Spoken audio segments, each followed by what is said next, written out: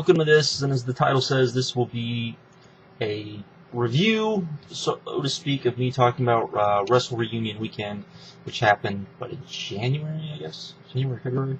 And that, and the two shows that happened during that weekend, ROH SoCal Showdown 2, PWG's Kurt Russellreunion 2 show, and me reviewing both of those shows. And also, but before we get to that, I should say, there's two things I want to talk about. First is, I'm sure anyone that watches this video is probably already aware of what I'm about to say, but just in case you're not, on IWantWrestling.com, Dave Lagana posted, I guess about a week ago now, a podcast with, two podcasts actually, with MVP. He was hyping up the New Japan tour, which happened this last weekend over on the East Coast. 3 shows, crowned with MVP winning the IWGP Intercontinental Championship. They had a tournament, that sort of thing. Heard all 3 shows were pretty good, so that's a good thing. But he has 2 podcasts, basically MVP talking WWE. Before he was in the WWE, his life, lots of things that are really great, very easy to listen to. I'd recommend, if you haven't listened to them, to actually go listen to them. They are great. There's a link in the description box with those. The other thing that I want to talk about, and I'll probably, don't ask me a lot of questions about this. Yes, I am talking about it, but don't ask me about it, because honestly, I'm not the person to ask. And that is Jeff Katz, who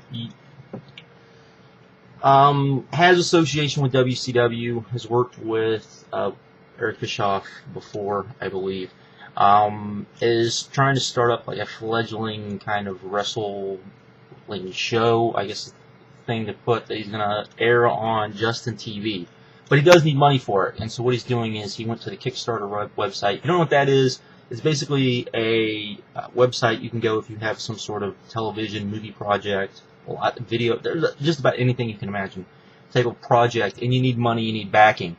You can go there, and basically people can donate money to get your show started. And basically that's what he's doing. So I'm going to put a link into the description box of that. I'm still kind of indifferent about this. I'm still kind of learning a little bit about it, but I just want to make people aware of it. There's a whole video and a presentation. I'm also going to include a link to a podcast that 411 did, talking to him about this and some other things as well, just so people can have an idea. I just want to make people aware of what it is. You can go. There's no minimum to donate. I think the minimum to donate is $1. All he's asking really is 100,000 people to donate $1. He needs 100,000 people to back it.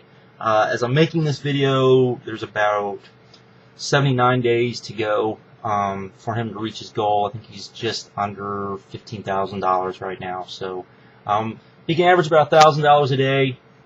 He'll have it, so we'll wait and see. But again, don't ask me about it. I don't know much about it, to be honest.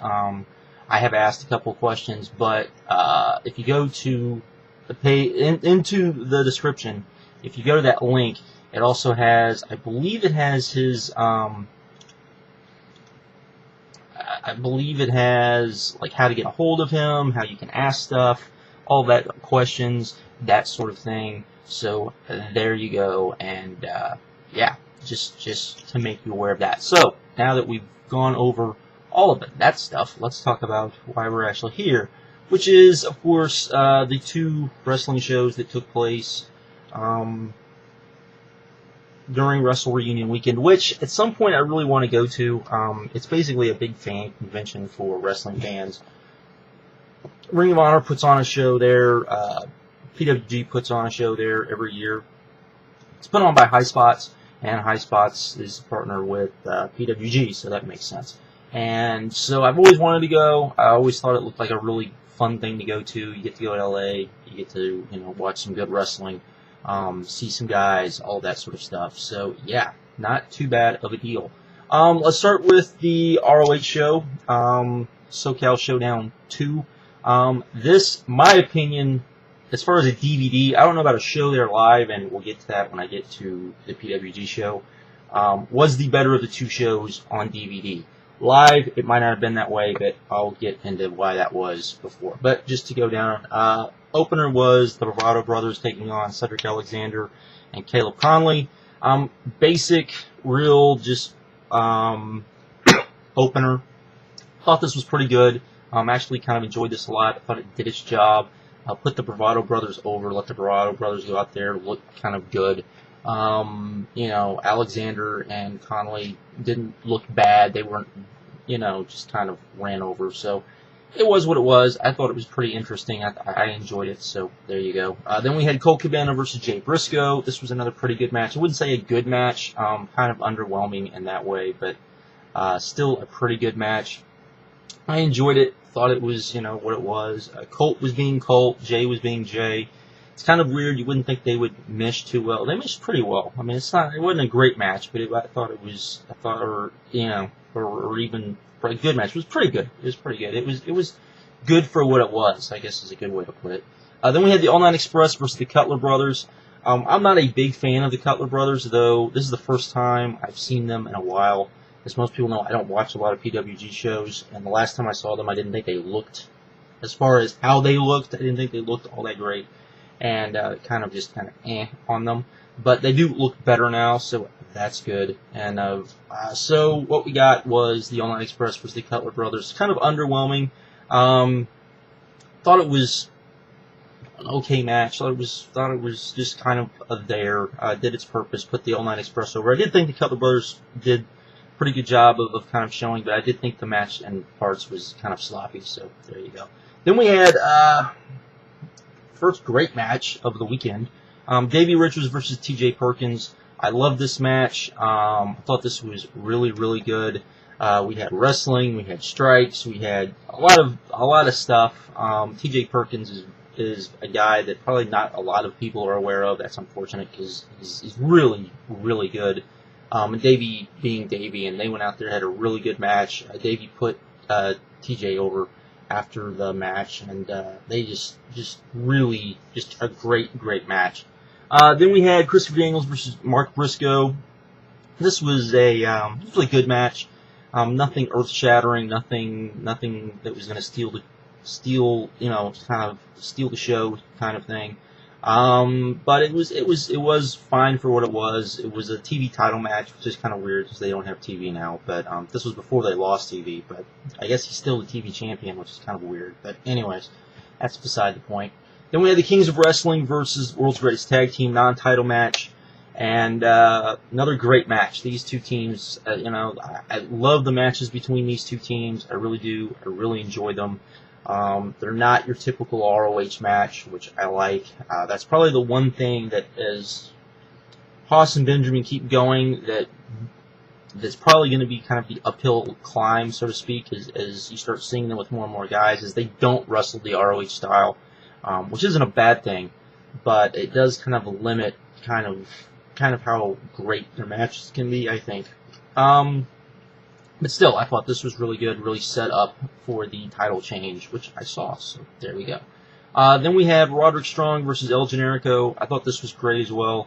Really enjoyed it. El Generico is just an awesome babyface, and when Roderick Strong isn't talking, he can play an actually pretty good heel as far as wrestling, so no problem with that. You're good, just basic. Just overall, just a really, really great show. I would say it was an excellent show, but I would say it was a great show. Just like pretty much everything on it. Didn't think anything didn't belong. Enjoyed everything on the show, which is more than I can say about the PWG show, so there we go there. And with the PWG show, this was a 4-hour show, which kind of hurt it in some ways, because probably an hour and 15 minutes, I'd say. And maybe more of an hour, 10 minutes of the show was absolutely crap. And I mean like shit. And that hurt the show a lot, in my opinion, as I watched it. But, we'll get to that when we get to it. But this was of course PWG's, show to it. I would imagine just when me watching it that this was probably a much better show live than what I saw. One of the reasons why this was so bad was because of some editing, and really the editing on this DVD was pretty horrendous. I understand that High Spots does not want PWG to use, you know, music and this sort of thing, they gotta find a better way to get around this than what they did, because the editing on this DVD just absolutely hurt. There was an angle at the end of the DVD that just came off very just, what's going on? There was an angle after the four-way tag that was very much the same way. You're just kind of watching, all of a sudden stuff starts happening. You don't even know why, because they just edited it that way. Not good. Not good at all. Just either leave the stuff off or come up with a better way. You're in Southern California. It's not like you don't have guys who can edit it on, you know, you can't throw a rock and find some guys that can edit this DVD. I mean, really. I mean, you're in Southern fucking California, and it's not like you can get some generic music, you know, to throw on these DVDs either. This is, we'll get to that when we get to it. Opening match was an 8-man tag, mixed tag. Cedric Alexander, Willie Mack, Candice LeRae, Brandon Gatson taking on Peter Avalon, Jeff Konley, Jake Manning, and ODB. And this was okay. Some good spots, but basically your basic, you know, PWG, a bunch of guys doing moves. You know, LeRae took a pretty nasty spot at one point, but it was what it was. I enjoyed it. It was a pretty nice opener. Then we had Mr. Aguila taking on Ray. What? I can't remember. There's two luchador guys. Two actually pretty famous luchador guys. They had an okay match as well. I don't know, it just was missing something. I'm not sure what it was. I mean, the crowd was trying to get into it, chanting Lucha Libre, but it kind of got, I don't know, I kind of got sick of it after a while, so. But still, okay match, nothing bad. Then we got the first really horrendous thing of the night, which was Shane Helms, and I'm a fan of Shane Helms, taking on Joey Ryan, and I like Joey Ryan. But I don't like these guys enough, particularly, you know, Shane Helms, I think this was probably the first match he's had, and I don't know, you know, like, real match he's probably had, in probably who knows how long. And he went out there with Joey Ryan for 20 minutes, and the match was not good. The match was subpar, and it just kept going, and going, and going, and going, and going, and going, and going. This was bad. This was just like, will you please just get off my TV? This was not good whatsoever. Then we got Low Key versus Davey Richards. This is one of the matches I was looking forward to. I know a lot of people were looking very forward to. Really good match. Wouldn't say it was great. I think my problem, you know, I'm not that I have any problems with it, but I just didn't think it, you know, I thought it was just a lot of kicks and them doing nothing but kicks and kicking each other. And that's fine. There's nothing wrong with it. Didn't think it was great because I would have liked to have seen a little bit more wrestling, and I would have liked to have seen, you know, something beyond that. I mean, it's Low Key and Davey Richards, so you expect there to be a lot of kicks, but it just got to the point where, you know, it was just them kicking each other, and it just kind of got old after a while. Then we got Bodhi taking on Jake the Snake Roberts. I'm a big Jake the Snake Roberts fan, so, you know, there's that. But they gave them 5 minutes, and ultimately, you know, if I was booking it, I probably would have given them 5 minutes too. But it wasn't very good. It was bad. I mean, Jake did do the DDT, and the place exploded. I mean, in fact, exploded as soon as Jake hit the short arm clothesline. The place exploded because they knew the DDT was coming. But I don't think Bodhi was the right guy to put in the ring with him. Maybe that's who Jake wanted to work with. I don't know. But it just was, you know, they stalled a lot. Even for 5 minutes, they stalled a lot. I'd much rather just seen a 2-minute just squash instead of what we saw, but it was what it was. So that was the first, you know, so, you know, and that didn't leave a bad taste in my mouth. The Shane Helms, Joey Ryan match left a bad taste in my mouth, and then this next match left an absolutely horrid taste in my mouth. This was a 20-man Legends Battle Royal.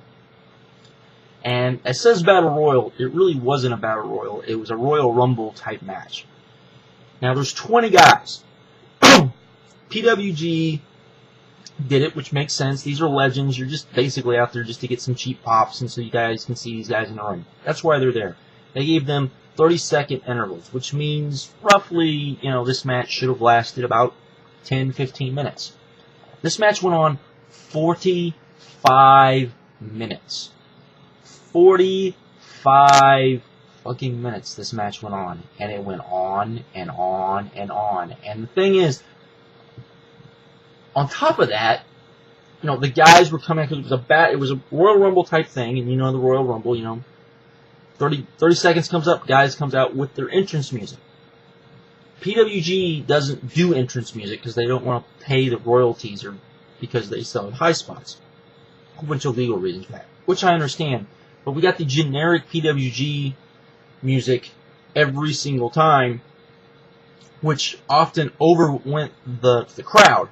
And so it was just, I would say after about the sixth guy, I was just like pulling my hair out, going, oh my God. Now, you knew this was going to be a problem. You should have known this was going to be a problem when you booked this match. I don't know why you wouldn't just stick 20 guys in the ring, let them eliminate each other, another 5-10-minute match, you know, maybe 15 minutes. And really, I would have given this multiple negative stars. This is how I was just pissed off watching this match. It literally was, and it had very little to do with the guys in the ring. I mean, it wasn't very good. It wasn't very good at all until we got down to the last two guys, which were Terry Funk and Piper. And Terry Funk cuts this promo. They do an awesome job of just being just two guys that know how to work the crowd, knew what they were doing, and that part of it was awesome. So I'm giving this a quarter star. A quarter star. And that's because there was just, if not, I would have given this multiple negative stars. This just aggravated me so much. I don't know why you would put this as an extra. I don't know why you would put this as part of the show. I mean, live, I'm sure this was just fine, because you had guys come out, but then you had like 15 minutes. Almost 30 minutes of just guys doing stuff. These old guys, I mean, it wasn't like you had, I mean, the two probably guys that, or three guys that probably still kind of work were, let's see, Shane Douglas, Shane Helms, and Savio Vega. That was it. Tito Santana looked like the last time I saw him. I mean, he looked fine and was able to do what he did, but, you know, everyone else looked out of shape. The Warlord looked pretty much like an old Warlord, but he still looked intimidating as fuck. But it's not like he was ever a great worker to start with. I mean, you just had all of these guys in the ring, all these old guys, and it was just, I think Danny Davis was the guy that was in the ring the longest, and he looked retarded in the ring. I mean, this was just not good, and it completely killed everything that came after. Again, maybe live this was fine. On the DVD, because of the way they had to edit the music and all this sort of, this just sucked. And it sucked huge, just sucked a lot, is what it did. Then we got Chris Hero and Kevin Steen. This was really good. I wouldn't call it great, only because at some point I just felt like they were doing moves to do moves, and then finally it got to where it was really good.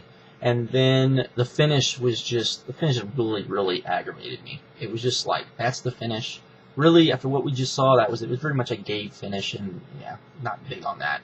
Then we had the Cutlers taking on the Young Bucks, taking on Rock Nest Monsters and somebody else. I can't remember who the other team was. I don't have the names in front of me, so I don't know. Taylor Brothers? Or the Taylor Boys? Taylor Boys. I think it was the Taylor Boys. That's what I get for not watching PWG that much. This was a four-way. This would have really been, I think, really good to great if it had been elimination rules, and it wasn't. The idea was that this would, whoever won this match would get the first nod into DDT4. So it was kind of an important match. They went out there, had your basic X Division Spot Fest type match. Nothing wrong with it. It was pretty good. It was good. Wasn't so pretty good. It was good. Went out there, had some fun. Rockness Monsters won, and then I think they're the ones who won. And then Kevin Steen came out and killed them. And this really bad edit. This was the first really bad editing moment, where all of a sudden you're sitting there, and then Kevin Steen's killing bitches, and you don't even know. You didn't see him come out. We don't know what. He just starts throwing guys around. It was very just. Then we had the main event. It was Claudio Castagnoli and El Generico. This is probably the match of the weekend, in my opinion. Just really enjoyed this. Had a lot of fun with it. Thought it built up really good. Just you know, as I said, El Generico is a great babyface, and Claudio was kind of playing a heelish type, but you know, the crowd was really in El Generico, and this was a lot of fun. Really enjoyed it. Thought it was very good. So, or great actually. So there was that. So SoCal Showdown 2, I'm giving it 8.5. Kurt Russell Reunion 2, I'm giving it 7.75. You know, main event was great. Everything else was just there. There's a 4-hour show, and an hour and 15 minutes of this is complete shit. The editing just bugged me. There was a lot of stuff about this DVD that really bugged me. I could not recommend this. I'm sorry. I mean, if you're a PWG fan, you probably really like it. Might think it's awesome, as far as I know. But just for me, just being able to recommend this DVD, I can't do it. So 7.75. I know a lot of people are going to be bitchy and saying, you know, this is just you hating on PWG. Say what you will. I don't care. That Royal Rumble Battle Legends, whatever, just it killed the show for me. And again, I'm sure live this was really good. I'm sure Mr. Narrator, if you don't not subscribe to Mr. Narrator, you should be. He goes to pretty much every live PWG event and does live reviews. So he's the only guy on YouTube I think that does it. So he's definitely worth a guy to check out. But I'll put his link in the description too. But yeah, just kind of an underwhelming show in my opinion. I just wasn't feeling it for the show. But you know, I guess it kind of was what it was. But yeah, that's it. That's everything. So with that, I'm out. Later, you can hate all you want. Bye.